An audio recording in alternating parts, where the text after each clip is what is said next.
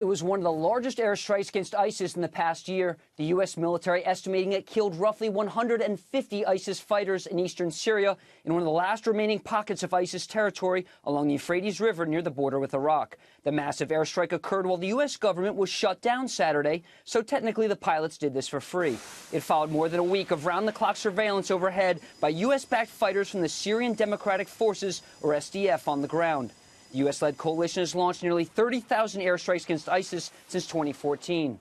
But in a sign of how much airstrikes have slowed in Iraq and Syria over the past few months, a squadron of A-10 attack jets was supposed to go to Turkey to strike ISIS. It was diverted to Afghanistan instead. Bill? Interesting move there. More on that in a moment. This strike proves the fight against ISIS is far from over.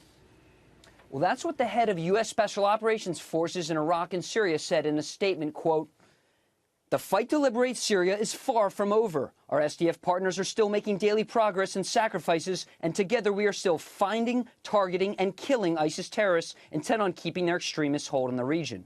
But partnering with the Kurdish fighters against ISIS has come at a cost with NATO ally Turkey, who views the Kurds as a terrorist threat and has launched an assault in northwest Syria, home to Kurds allied with the U.S.